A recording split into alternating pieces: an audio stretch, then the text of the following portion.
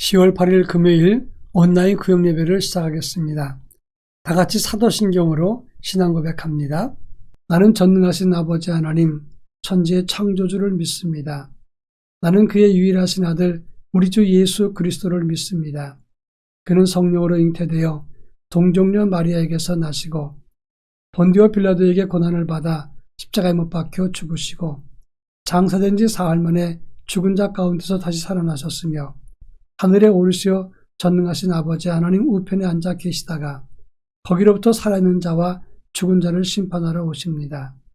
나는 성령을 믿으며 거룩한 공교회와 성도의 교제와 죄를 용서받는 것과 몸의 부활과 영생을 믿습니다. 아멘. 찬송가 434장 귀하신 친구 내게 계시니 434장을 다 같이 부릅니다.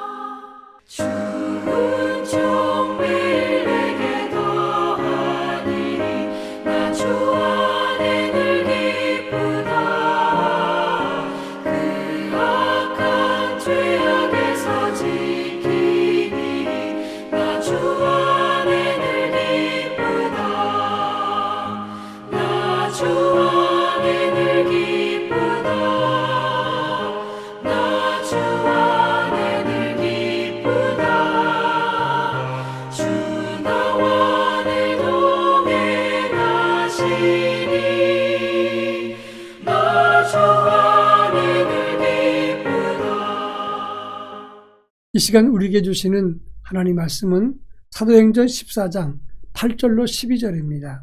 신약성경 사도행전 14장 8절로 12절 말씀을 한 절씩 교독합니다. 제가 전체를 읽겠습니다. 루스드라에 발을 쓰지 못하는 한 사람이 앉았는데 나면서 걷지 못하게 되어 걸어본 적이 없는 자라. 바울이 말하는 것을 듣거늘 바울이 주목하여 구원받을 만한 믿음이 그에게 있는 것을 보고 큰 소리로 이르되 네 발로 바로 일어서라 하니 그 사람이 일어나 걷는지라.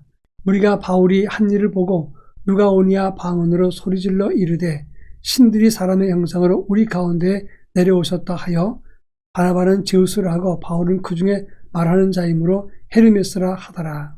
아멘. 우리가 가정에서 아이를 키우다 보면 자녀 살아가는 것은 다 똑같은 것이지만 그러나 그 중에서 더 사랑이 가는 아이가 있습니다. 물론 아이들에게 베푸는 사랑은 다 본질적으로 같습니다만은 그러나 그 중에서도 더 사랑이 가는 그런 친근감이 가는 아이가 있다고 하는 것입니다.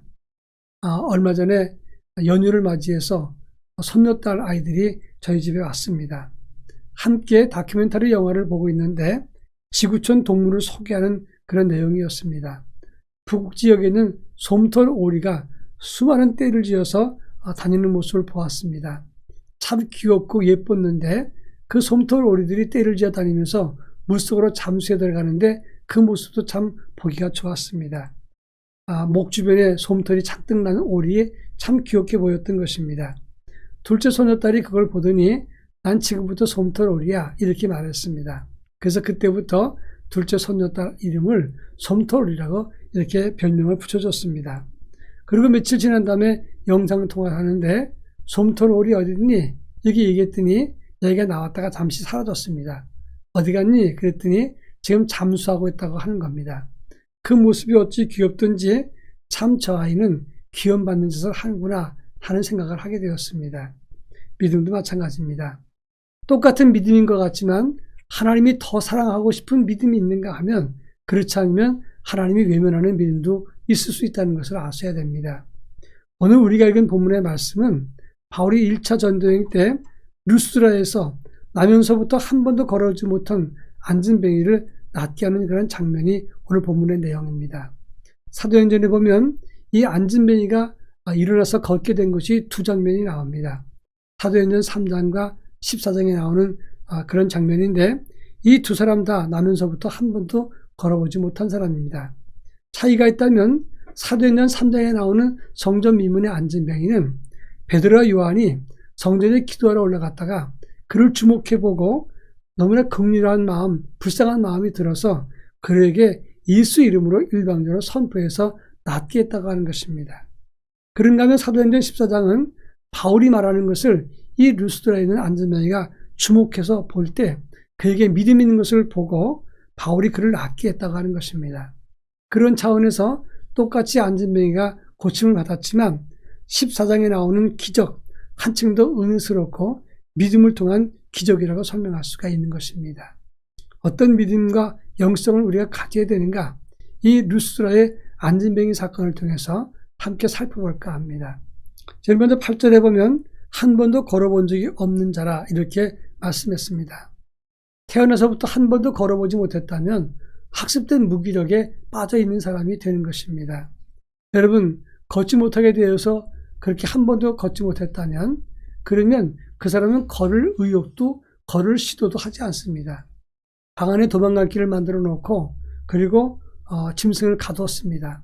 근데 도망갈 길을 찾았는데 그러면 거기다 전기 감전을 시켰을 때 이 짐승은 여러 차례 시도해 보다가 감전될 때마다 그것을 포기하고 그 다음부터는 무기력과 부정적인 실패감이 학습되어서 문을 열어놔도 도망가지 않습니다.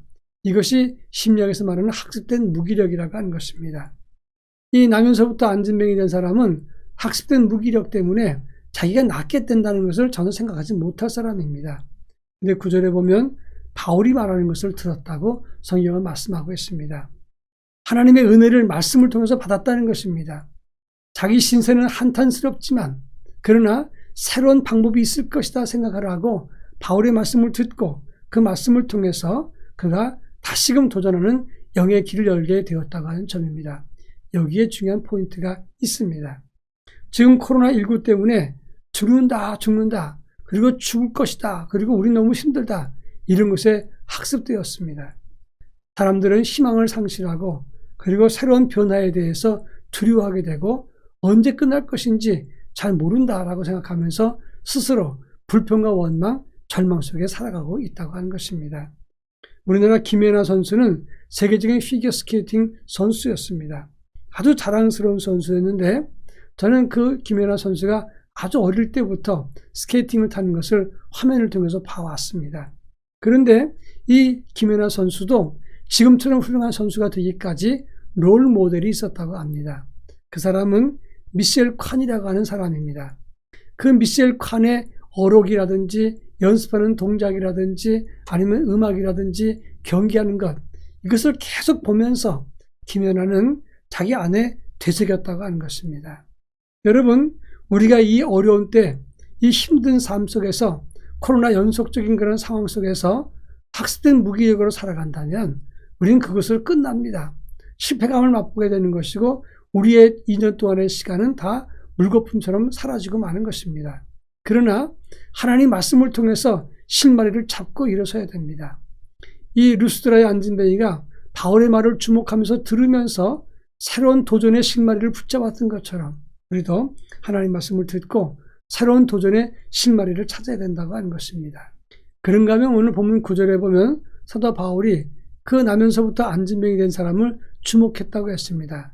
그 이유는 그에게 구원받을 만한 믿음이 있었기 때문이다 라고 성경은 설명하고 있습니다. 일생 동안 태어나면서부터 불구가 되어서 평생토록 걸어보지 못했습니다. 그러면 그 마음속에 어떤 마음이 들까요?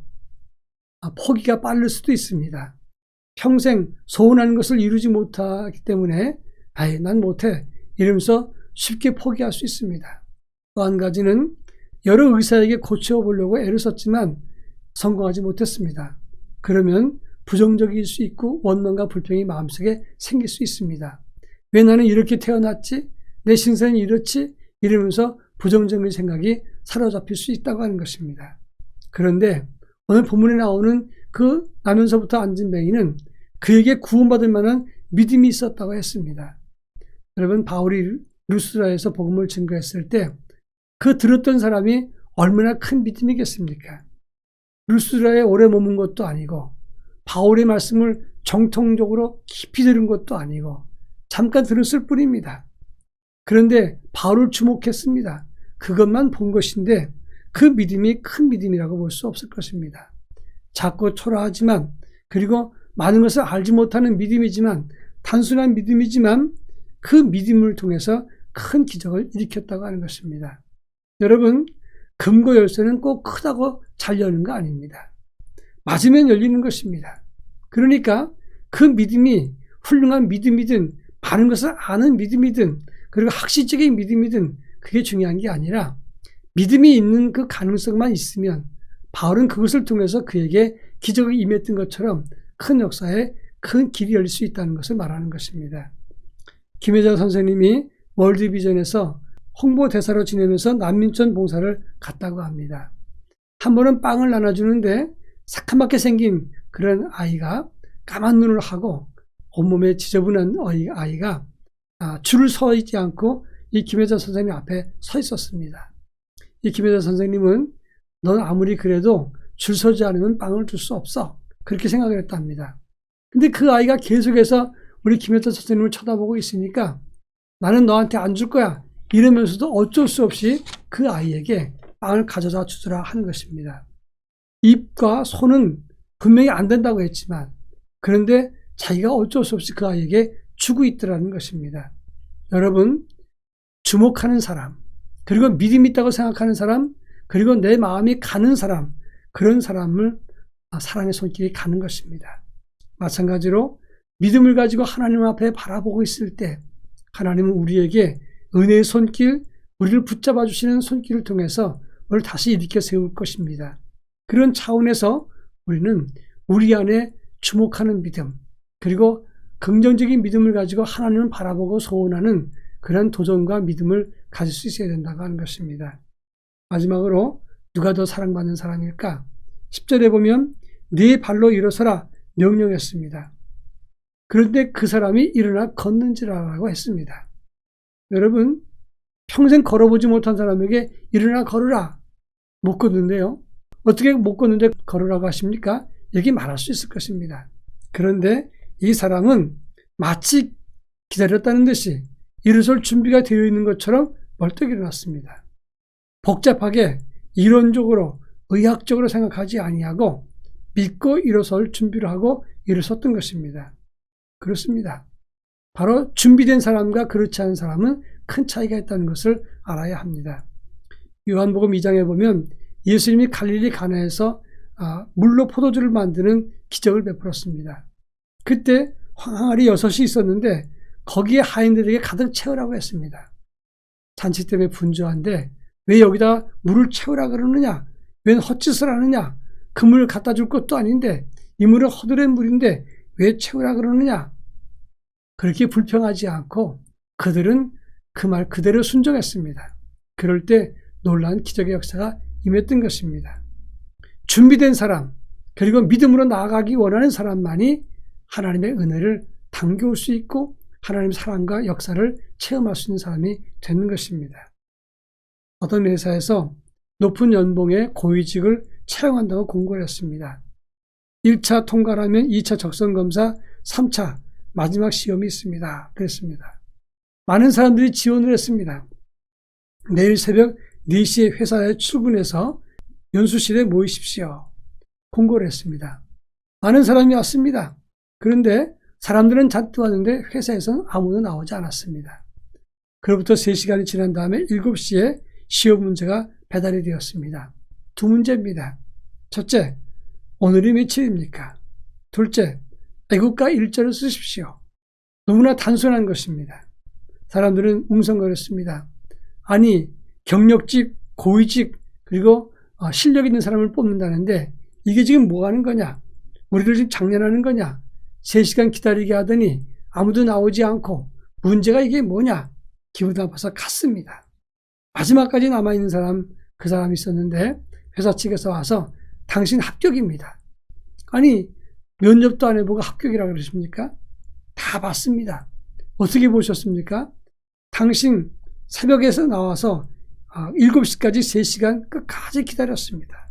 끈기 있게 문제 내면 문제에 순종했고 끝까지 최선을 다했습니다. 그래서 당신은 합격입니다. 이런 얘기를 했다고 합니다. 물론 재미있는 이야기입니다만은 진짜 실력이 무엇입니까?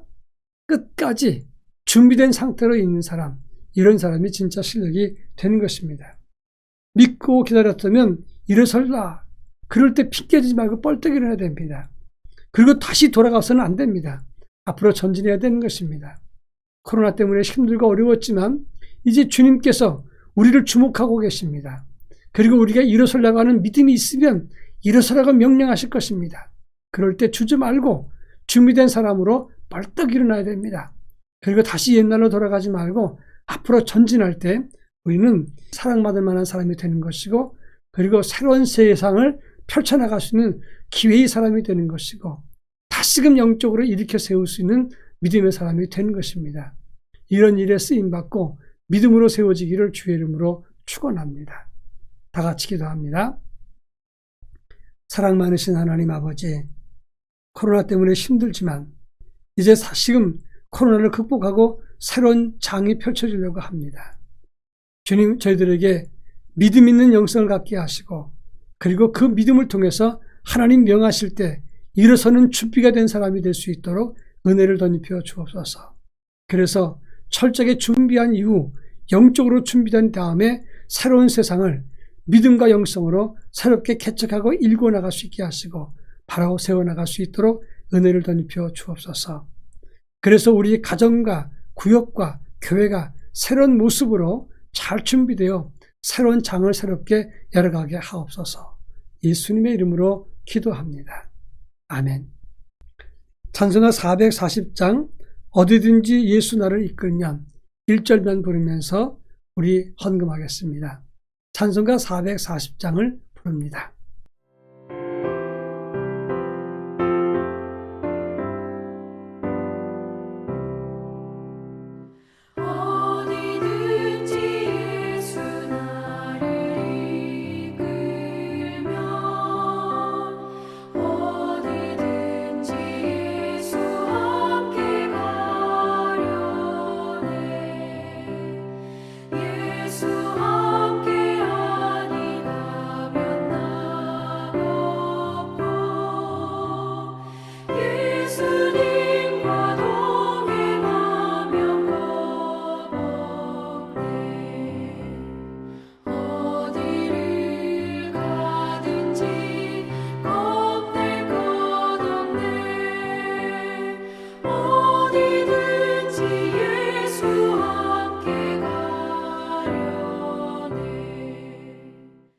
한 번 더 기도합니다.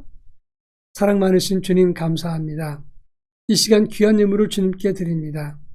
팔아가신 물질 중에 일부를 떼어서 주 앞에 드리오니 받아주시고 이 예물이 쓰일 때마다 아버지의 거룩한 영광이 드러나게 하옵소서.